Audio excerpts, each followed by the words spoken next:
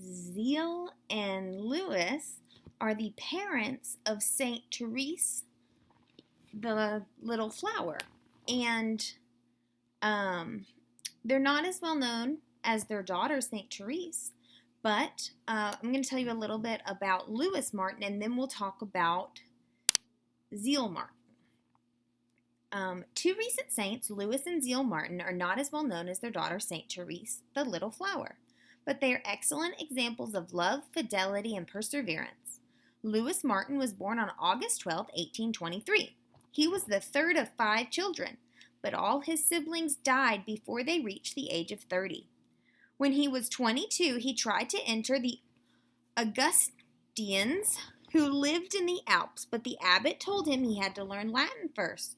Louis tried very hard, but in his efforts to learn Latin, failed, and he became sick and discouraged and decided not to enter the monastery after all. After some time, Louis settled down in Alencon and set up his watchmaking business. He loved to fish and was a very quiet man. Let's talk about Zelie. Zelie Guerin was born on December 23, 1831. She was the second of 3 children. Her older sister became a visitation nun, and her younger brother was a pharmacist.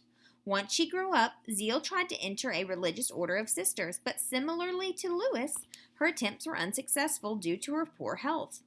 Zelie began to pray that she might have many children who would all belong to God. She then became a successful lace maker and started her own business. God had plans for them. After both being disappointed in their attempts to enter religious life, God showed Louis and Zelie what plans he had in store for them. One day, Zelie was crossing a bridge and passed a tall, dignified, handsome man. As she passed, she heard a voice inside her say, "This is who I have been preparing for you." Zelie inquired around town as to who the man was and discovered that it was none other than Louis Martin.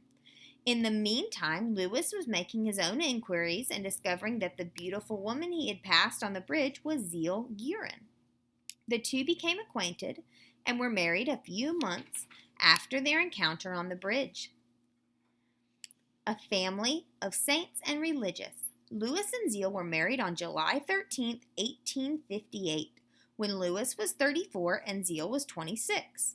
Together they had 9 children, 7 girls and 2 boys. Only 5 girls survived and grew into adulthood.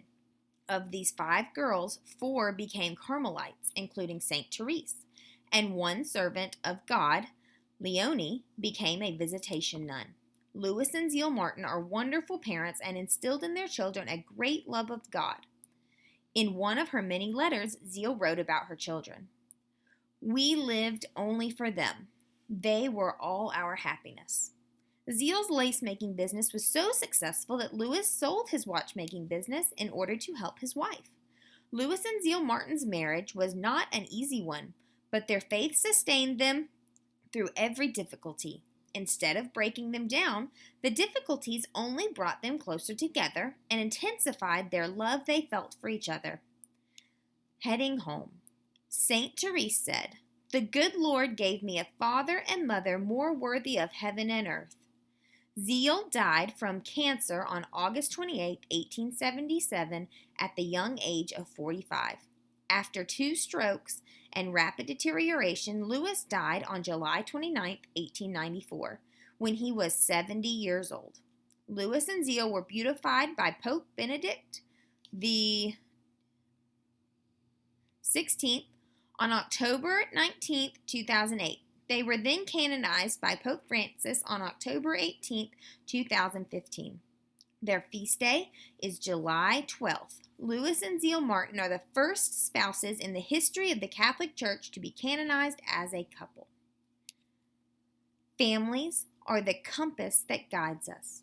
They are the inspiration to reach great heights and our comfort when we occasionally falter.